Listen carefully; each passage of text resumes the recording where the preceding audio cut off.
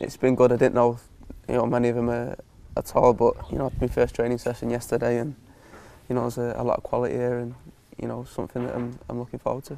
It's a massive game, and it'll be a nice one to hopefully make my debut, and it's one of the reasons why I chose to come play international football, to test myself against some of the best players in the world.